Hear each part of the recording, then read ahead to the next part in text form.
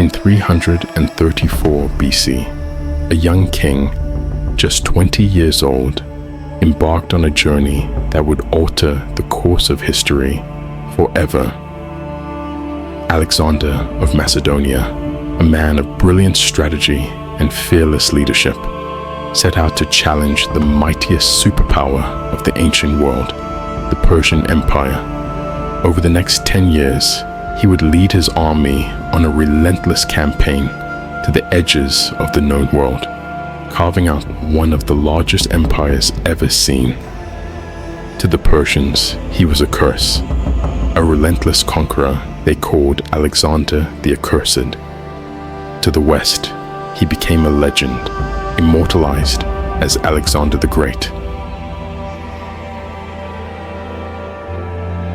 But to understand his story, we must first step back in time to ancient Greece, a rugged land that, from around 500 BC, became the cradle of remarkable advancements in art, philosophy, and warfare. Two city-states, Athens and Sparta, stood at the heart of this transformative era. Athens, a hub of democracy, culture, and intellectual achievement, contrasted sharply with Sparta, a militaristic society whose disciplined warriors became the stuff of legend. In 480 BC, these two rivals joined forces to repel an invasion by the mighty Persian Empire. At Thermopylae, a small Greek force, including the famed 300 Spartans, held off the massive Persian army for 3 days before being overwhelmed.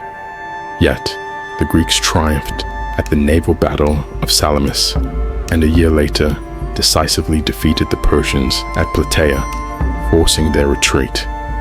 These victories ushered in a golden age for Greece, but internal strife among the city-states soon plunged the region into decades of war, weakening it and leaving it vulnerable to an emerging northern power, Macedonia. For centuries, Macedonia had been dismissed by its sophisticated southern neighbors as a backwater, but under King Philip II, Macedonia rose to prominence, becoming a military powerhouse.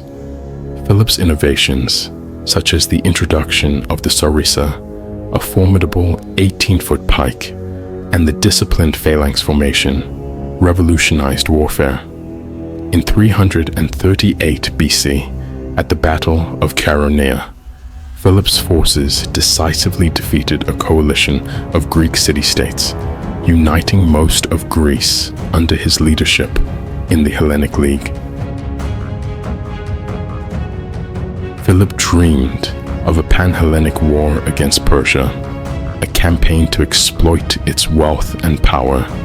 However, before he could act, Philip was assassinated in 336 BC, leaving the throne to his son, Alexander.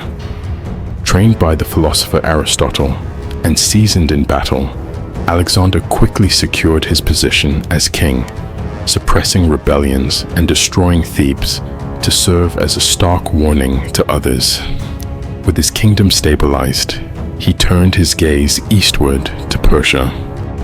In the spring of 334 BC, Alexander led an army of 40,000 across the Hellespont into Asia Minor.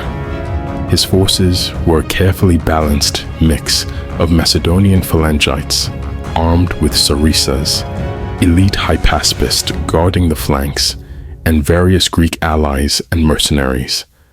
The Companion Cavalry, an elite unit Alexander often led personally, served as his army's shock troops. Meanwhile, the Persian satraps of Asia Minor debated how to confront Alexander. Memnon of Rhodes, a seasoned general, urged them to employ a scorched earth strategy to starve the invaders. However, the satraps chose to meet Alexander in battle at the Granicus River.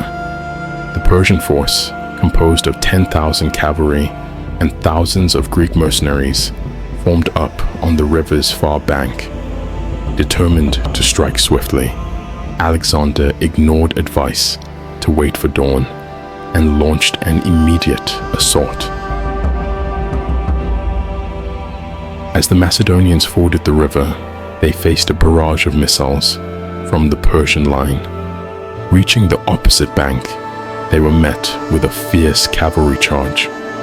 Alexander himself fought at the forefront, engaging in hand-to-hand combat with Persian nobles.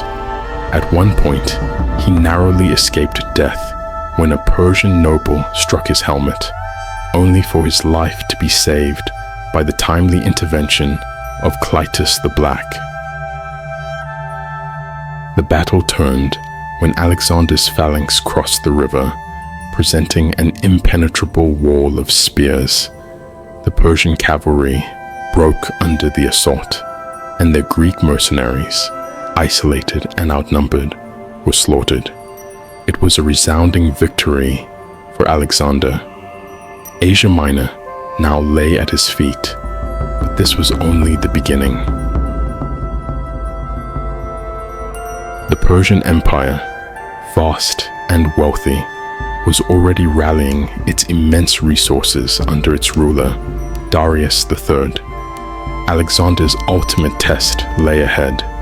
To secure his place in history as one of the greatest military leaders of all time, he would have to face the King of Kings himself.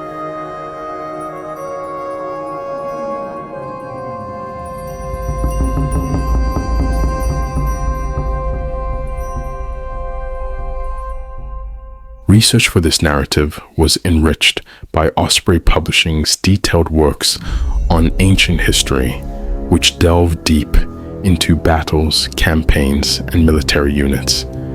We also extend our gratitude to the YouTube channel Invicta for their invaluable contributions to this series.